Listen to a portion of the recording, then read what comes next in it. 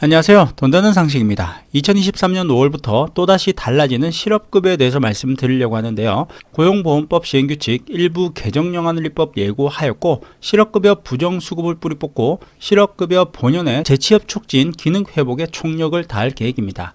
이번에 논의 중인 내용과 5월에 바뀌는 주요 내용을 살펴보면 부정수급 신고를 활성화하기 위해 올해부터 신고 보상금 예산을 크게 증액하고, 실업급여를 받기 위해 유지해야 하는 고용보험 가입기간을 늘리고 실업급여 한액을 낮추는 방향의 제도를 개선하고 반복수급자의 수급액을 최대 50%까지 감행하는 등 정말 많은 부분이 논의되고 변경됩니다. 시청하시면서 좋아요 한 번씩 꾹 눌러주세요. 실업급여는 적극적인 취업 노력에도 불구하고 취업하지 못하고 있을 경우 정부에서 최소한의 생활을 보장해주기 위해 급여를 지급하는 것을 의미하는데요. 정말 취업하기 위해 최선을 다하고 계시는 분들도 많지만 실업급여를 받기 위한 위장면접과 고의적인 반복수급으로 실업급여만 받고 구직활동을 적극적으로 하지 않는 분들도 많다 보니 정부가 구직자의 취업 의지를 오히려 꺾는다고 비판받으며 국민들은 실업급여를 탐탁지 않게 생각하게 된 것 같습니다. 경제협력개발기구 OECD는 한국의 실업급여는 상대적으로 짧은 고용보험 가입기간과 높은 실업급여 한액 탓에 근로의욕과 재취업 유인을 낮춘다고 지적한 바 있는데요. 한 예로 모기업에서 아르바이트를 모집하는데 아르바이트에 지원하는 홍길동 씨는 계약기간을 7개월간만 했으면 좋겠다고 제안을 했습니다.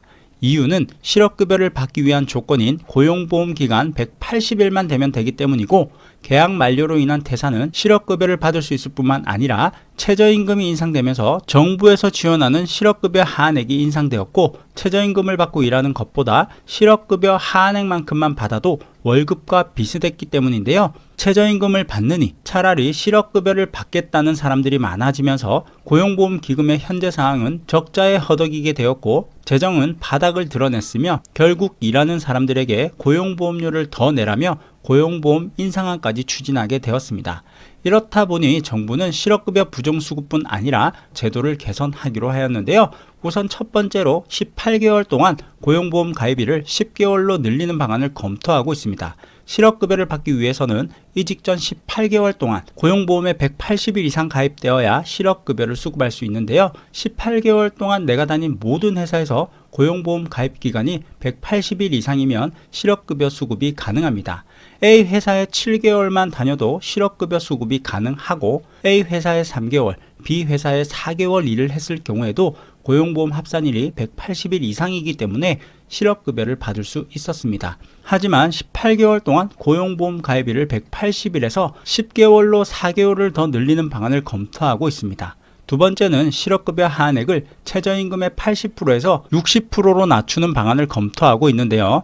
2023년 1월 1일부터 실업급여 하한액이 인상된 내용은 앞전 제 다른 영상에서 말씀드렸는데, 내가 월급을 받으면서 하루 8시간 이상 근무하고 한 달에 314만원보다 적은 월급을 받는다면 내가 받을 수 있는 실업급여 하한액은 61,568원이 됩니다. 아무리 작은 월급을 받았다 하더라도 하루에 61,568원을 지급받을 수 있습니다. 때문에 하한액은 최저임금의 80%인 185만원을 지급받을 수 있는데요. 최저임금의 60%인 135만원만 지급되도록 논의 중에 있습니다. 세 번째는 2023년 5월부터 전체 실업급여 반복수급자에 대한 기준을 강화하고 실업급여 수급액을 최대 50%까지 감액합니다. 이 제도는 2022년 7월부터 시행되어 8월 말부터 수급자의 약 20%에 적용되었고, 올해 5월부터는 전체 수급자에 적용될 예정입니다. 현재 모든 수급자에게 수급기간 동안 재취업 활동 횟수와 범위를 동일하게 적용하고 있는데요. 앞으로는 반복 장기 수급자는 요건을 강화하고 만 60세 이상과 장애인 수급자에 대해서는 완화된 기준을 적용합니다. 코로나 사태로 인해 실업인증을 받기 위해서는 온라인만으로도 실업인정이 가능했고, 전체 수급기간의 재취업 활동도 4주에 1회씩만 하면 가능했습니다. 일상생활이 회복됨에 따라 앞으로는 1차와 4차 때에는 반드시 고용센터에 방문해서 출석인정을 받아야지만 실업급여를 지급받을 수 있고, 5차 때는 2건 이상 실업인정을 받아야지만 실업급여를 받을 수 있습니다. 주요 내용은 실업인정 차수별 재취업 활동 횟수와 범위를 달리하고 수급자별 특성에 맞게 차별하여 다르게 적용합니다. 여기서 재취업 활동은 크게 두 가지로 나타나는데요. 입사 지원을 하고 면접을 보는 구직활동과 구직활동과 거리가 먼 어학 관련 학원 수강 등으로도 인정받을 수 있는 비구직활동 중 하나만 인정을 받아도 실업급여를 받을 수 있던 것을 앞으로는 반드시 구직활동을 해야만 실업급여를 받을 수 있습니다. 또한 장기수급자도 변경되는데요.